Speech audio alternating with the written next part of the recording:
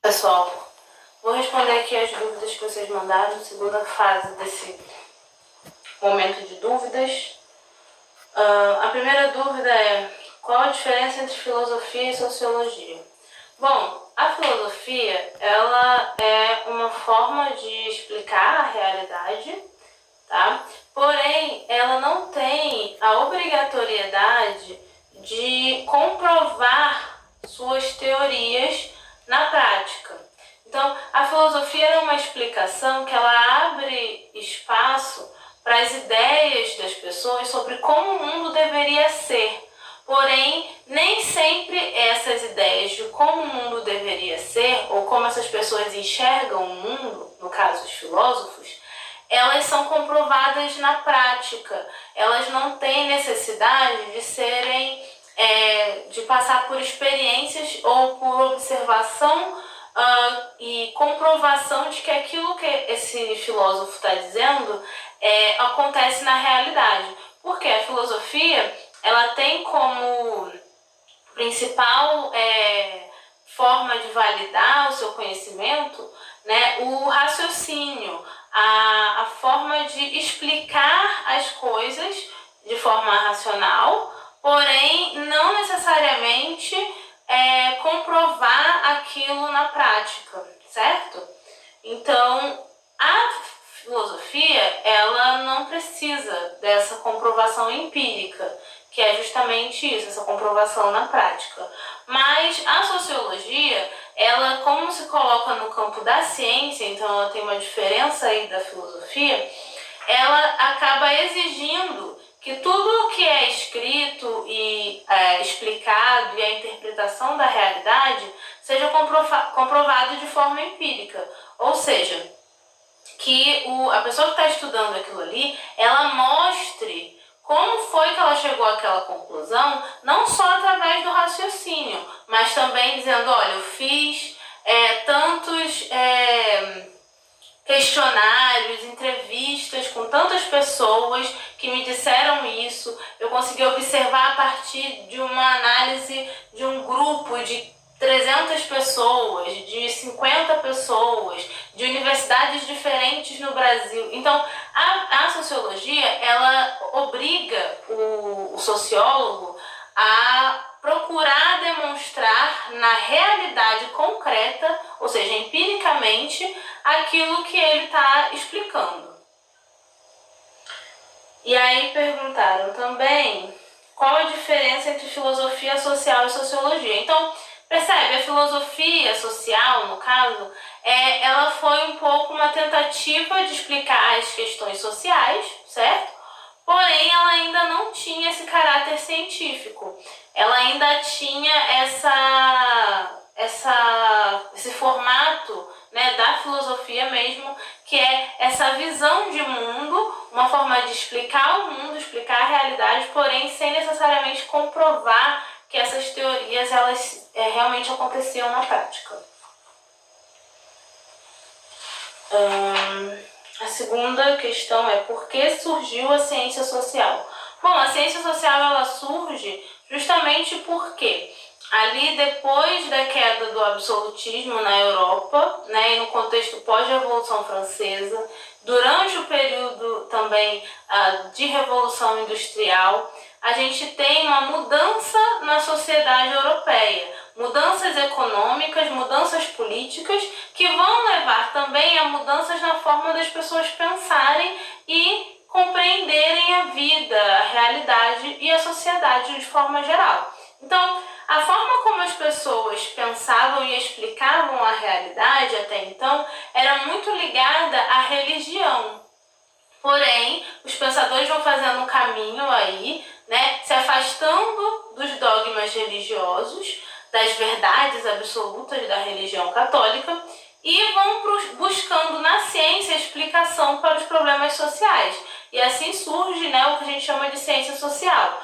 No caso, a gente tem aí um fortalecimento da ciência de maneira geral. Né? As pessoas já estão começando a valorizar a ciência como forma de explicar fenômenos da natureza, fenômenos físico-químicos. Então, acaba que, como isso já está sendo muito valorizado e também a ciência está descobrindo coisas novas e muito úteis e muito importantes para a sociedade naquele momento, a galera começa a valorizar esse tipo de conhecimento e começa a querer utilizar a ciência para explicar também a realidade social.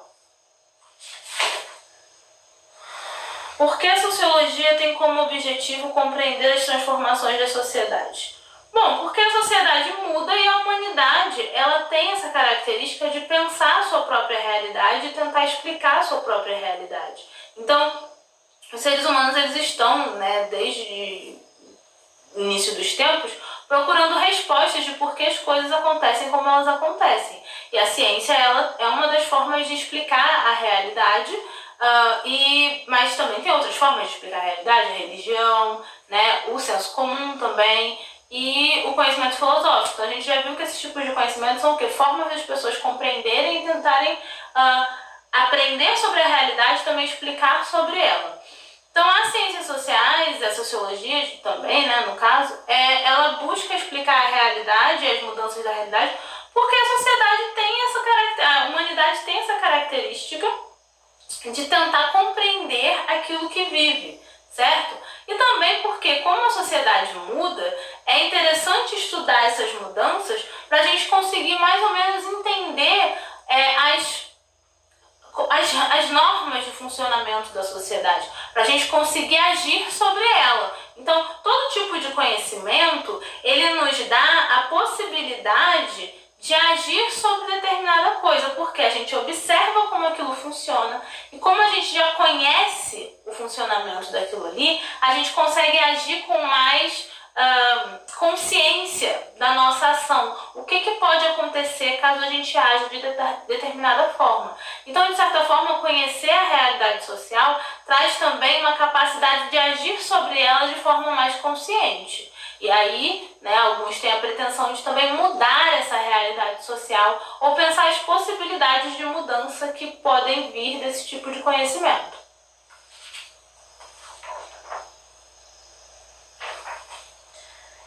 Qual a diferença entre ciência política e sociologia? Bom, existe essa divisão, tem muita gente que perguntou sobre ciência social e sociologia, ciência política e sociologia.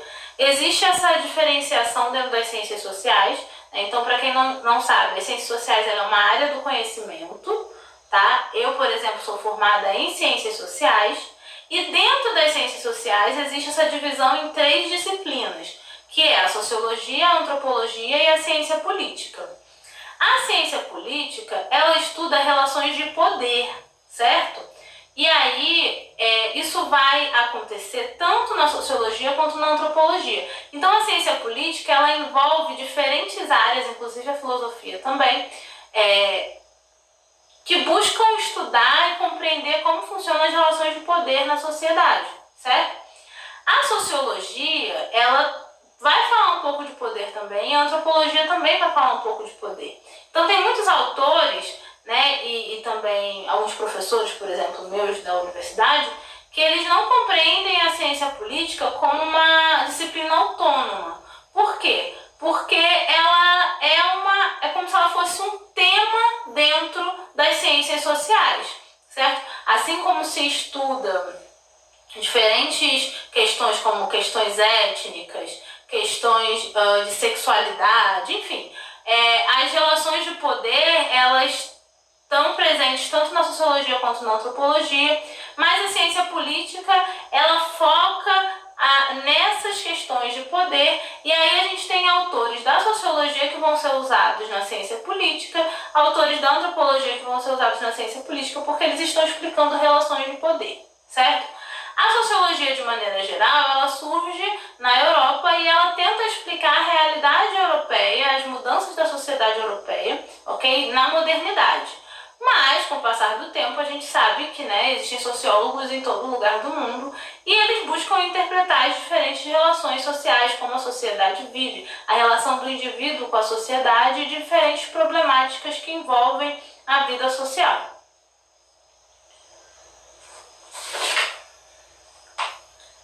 Falar mais sobre conhecimento filosófico? Bom, gente, o conhecimento filosófico, como eu expliquei no começo, Bom, eu já expliquei no começo, né? Então não precisa. Qual conhecimento está sendo mais aceito na sociedade nos dias de hoje? Religioso ou filosófico? Olha, essa pergunta eu não tenho como responder porque eu não estudei. Ela é muito vaga, assim. A sociedade de hoje. Qual sociedade? Do mundo inteiro? Todos os seres humanos? Não sei, porque existem sociedades diferentes dentro do mundo, né? E pode existir alguns povos que estão mais inclinados a pensar de forma religiosa e outros que estão mais inclinados a pensar de forma filosófica. Então, não dá para dar essa resposta porque ela é uma pergunta muito ampla. Mas eu posso falar o que eu penso, a minha opinião sobre isso, né? E falar da realidade do Brasil, por exemplo, que é onde eu vivo. E aí, com relação a qual conhecimento é mais aceito, se filosófico ou religioso, pelo que eu observo, né, eu diria, e aí eu não fiz uma pesquisa, não é uma verdade, é apenas a minha opinião, eu diria que o conhecimento filosófico, ele é um conhecimento que precisa ser estudado, conhecido, né? Você precisa conhecer a filosofia de alguém, de uma pessoa que está tentando explicar e expressar o que ela pensa sobre a realidade. E é importante para conhecer esse conhecimento você ter acesso a ele. Então, ler livros que filósofos escreveram, né? Ou, quem sabe, até existem formas, né, de filosofia que não precisam ser necessariamente escritas, mas, e aí tem outros canais como o YouTube e tudo mais, mas não necessariamente não vejo tantos filósofos falando no YouTube ou na televisão, enfim. Então, eu acho que a população, de maneira geral, ela não busca tanto conhecimento filosófico, tá? Porém, o conhecimento religioso, sim, porque eu vejo muitas pessoas buscando respostas para os problemas através da religião. E muitas pessoas vão à igreja, muitas pessoas têm religião ou têm alguma crença em algo superior, em alguma divindade, enfim. Então eu acho que a religiosidade está mais presente no cotidiano da vida das pessoas que eu observo por aí do que a filosofia em si. O conhecimento de senso comum é de alguma forma errado? Olha, ele pode ser errado, porque como é um conhecimento que não tem necessariamente uma comprovação de que o que está sendo dito é verdadeiro, né? Ele pode ser errado porque a gente não tem como saber se aquilo é verdadeiro ou não. Agora, assim, não é só o senso comum que pode ser considerado errado, né? Tem algumas questões religiosas que também não fazem, assim, não são comprovadas na prática. A própria ciência, ela tem essa característica de estar o tempo todo renovando suas informações. E para renovar essas informações, a própria ciência, ela questiona a si mesma. Então, os conhecimentos novos que são gerados, muitas vezes eles vêm de questionamento ou de investigação de algo que já foi dito antes. E aí você descobre que aquilo que foi dito antes não é totalmente certo, tem alguns erros. E aí você corrige e segue em frente. Então, todo tipo de conhecimento, ele pode trazer informações erradas, porque não existe uma verdade absoluta. A verdade, ela vai sendo construída e descoberta na medida que a gente vai investigando, né? E aí o conhecimento de senso comum, ele também tem essa característica, ele pode ter coisas erradas, pode ter coisas que as pessoas falam, que elas aprendem na prática, que elas levam como verdade, mas que às vezes é uma verdade que é só num contexto e elas acham que é uma verdade para tudo e aí cometem erros.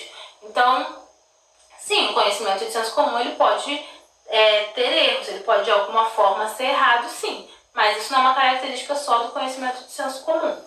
Ele está mais suscetível a isso porque não tem esse critério tão rigoroso de comprovação, né? As pessoas não estão tão preocupadas ali em saber se dá certo, se é verdadeiro, se elas vão fazendo e se for dando certo bem, se não for, amém. O que é senso comum?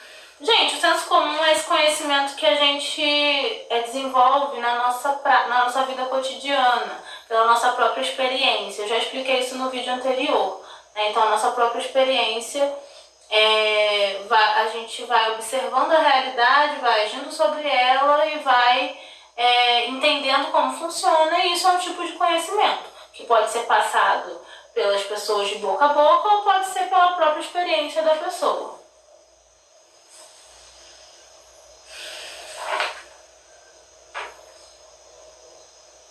A ciência e o senso comum possuem ligações? De certa forma, sim, porque antes da gente fazer uma investigação científica, a gente precisa ter alguma ideia do que a gente vai investigar, certo? Então, a gente tem essas ideias geralmente na nossa vida cotidiana, né? Os pesquisadores, as pessoas que estudam determinada questão, elas vivem suas vidas, não vivem o tempo todo bitoladas estudando, né? Elas têm a sua vida cotidiana fora da pesquisa, e é dessa vida cotidiana que surgem as inquietações, os questionamentos, as perguntas: por que tal coisa desse jeito?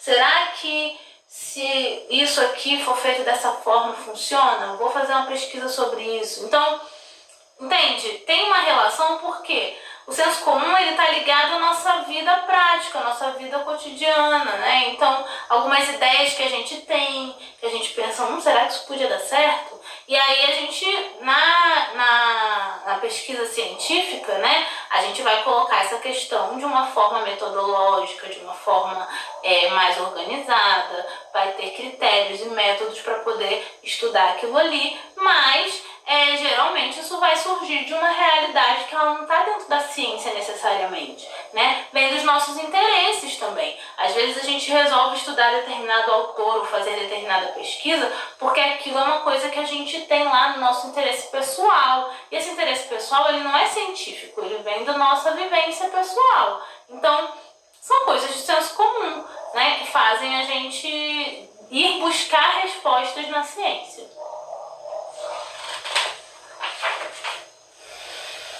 Porque algumas pessoas consideram a ciência um conhecimento hierarquicamente superior que o senso comum. Bom, o que seria isso, esse conhecimento hierarquicamente superior? É como se a ciência estivesse acima do senso comum, né? Ela tivesse mais valor, ela fosse mais importante do que o senso comum. E por que muitas pessoas pensam assim? Porque a ciência ela é muito valorizada atualmente, certo? E tem essa questão da comprovação, que eu acho que é a característica que faz as pessoas buscarem mais a ciência, né, como resposta para as coisas, porque aquilo foi testado, foi comprovado, então aquilo é verdadeiro, né, até que alguém prove o contrário. Já no senso comum, a gente não tem tanto essa segurança, porque aquilo pode ser verdade, mas pode não ser verdade também.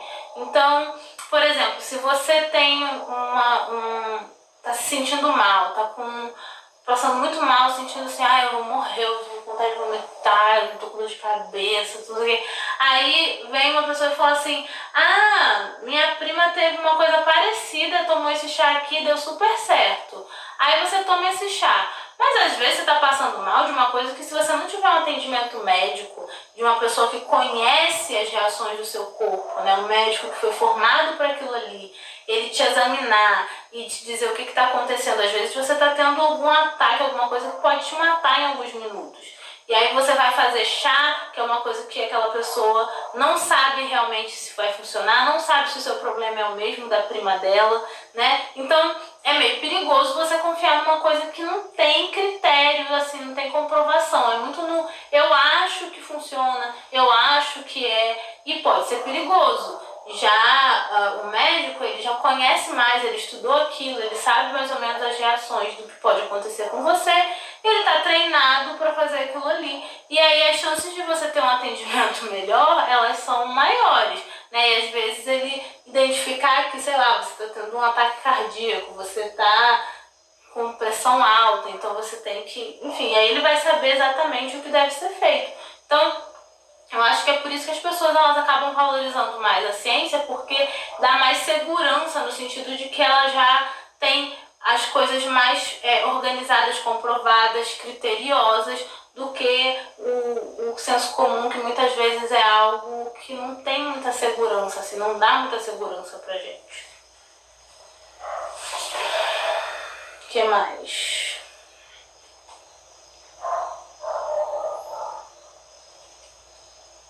Qual a diferença entre sociologia e ciências sociais? Já expliquei, né? A sociologia ela é uma disciplina dentro das ciências sociais, ela faz parte das ciências sociais.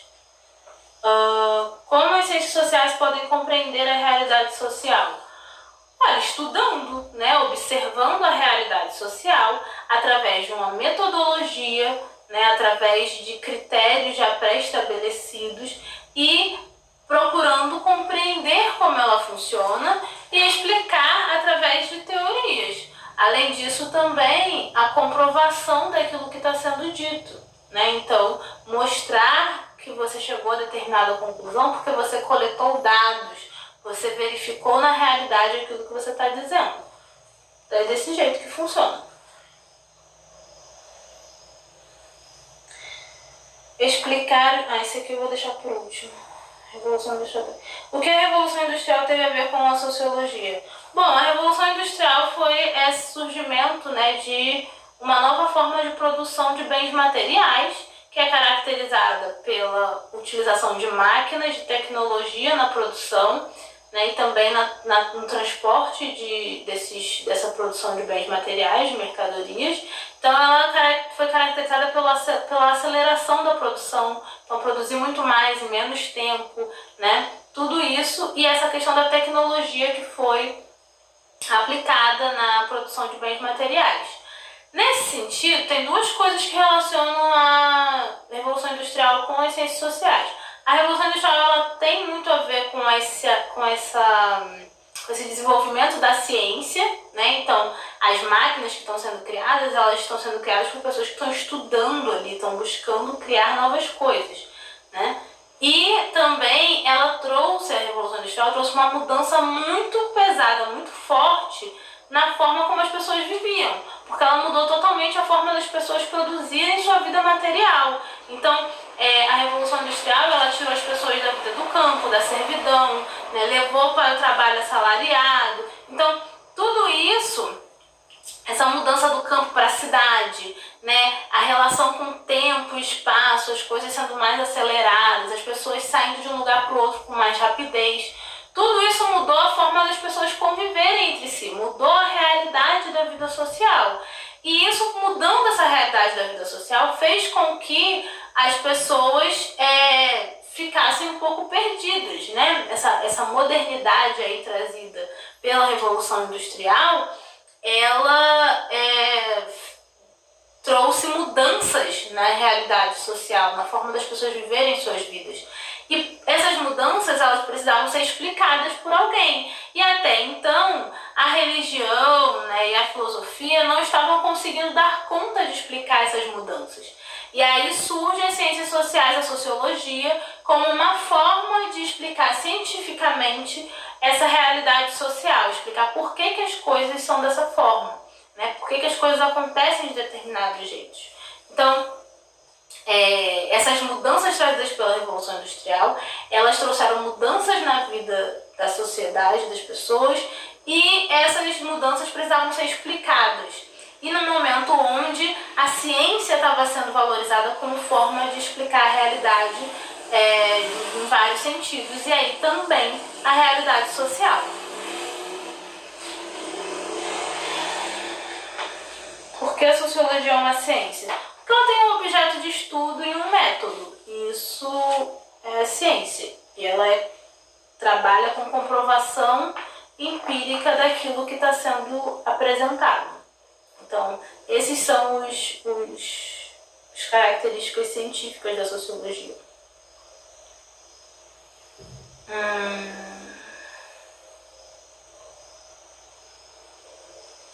Aí perguntaram o que é mercantilismo. O mercantilismo foi um conjunto de práticas comerciais adotadas a partir do século XV na Europa, onde diferentes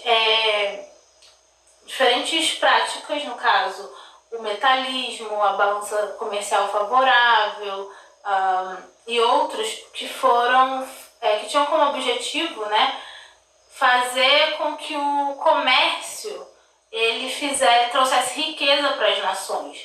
Então, O metalismo era o que? O acúmulo de metais preciosos. Então, muitos países, como a Espanha, por exemplo, extraíam muitos metais preciosos das suas colônias para manter ali a balança comercial favorável, que era o que? Buscar produzir bens materiais e vendê-los, exportar mais do que importar mais bens materiais. O que mais? Protecionismo alfandegário, né? Então, criar impostos sobre importação para que as pessoas optassem por consumir mais produtos nacionais do que produtos importados de outros países. Então, só foram práticas que os países adotaram naquela época para desenvolver mais fortemente o comércio, né? E essas práticas, elas fazem parte de uma transição aí, né, do feudalismo para o capitalismo, então ali na Idade Moderna, justamente preparando para o capitalismo que vem depois. E aí perguntaram se a queda do absolutismo, através da Revolução Francesa, danificou mais ou ajudou mais a população, sem ser apenas nos ideais e na política.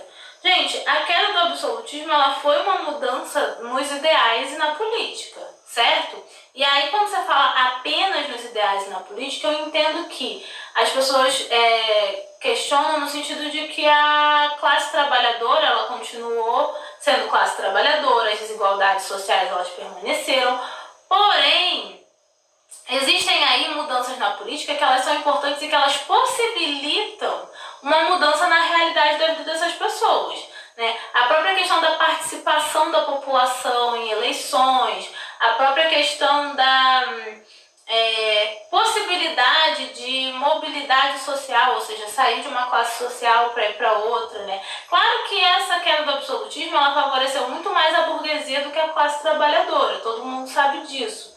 Mas isso possibilitou uma mudança na estrutura política da sociedade que também trouxe a possibilidade de participação popular, né, a ideia de participação política para todos, de liberdade de expressar suas opiniões.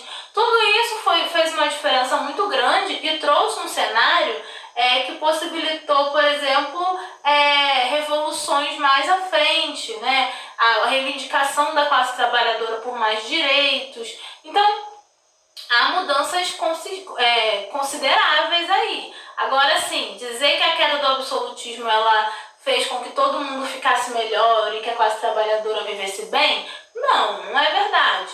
Mas que trouxe mudanças consideráveis, sim, trouxe mudanças consideráveis. A burguesia na Revolução Francesa tinha mais interesse no poder político e no dinheiro ou também de ser considerado um grupo social que quer conseguir o fim do absolutismo e um posicionamento forte e intenso na sociedade? As três coisas, não foi uma coisa ou outra, né? A burguesia queria poder político e esse poder político facilitava com que eles ganhassem mais dinheiro, porque eles poderiam legislar, criar leis, regras mais favoráveis às suas práticas comerciais e industriais, que é o que a gente tem até hoje, né? A política ela é muito influenciada por uma classe economicamente burguesa, né? Não é a classe trabalhadora que consegue influenciar mais a política, é a burguesia que consegue influenciar mais a política. Então o poder político ele está ligado a essa questão econômica. A política e a economia elas estão muito ligadas. Mas também essa questão de ter uma posição social mais reconhecida, que não fosse vista como subalterna ou inferior à da nobreza. Então, tudo isso, não tem uma coisa ou outra. A burguesia tinha todos esses interesses aí. É isso. E a última questão é os 3 estados do... Quer dizer?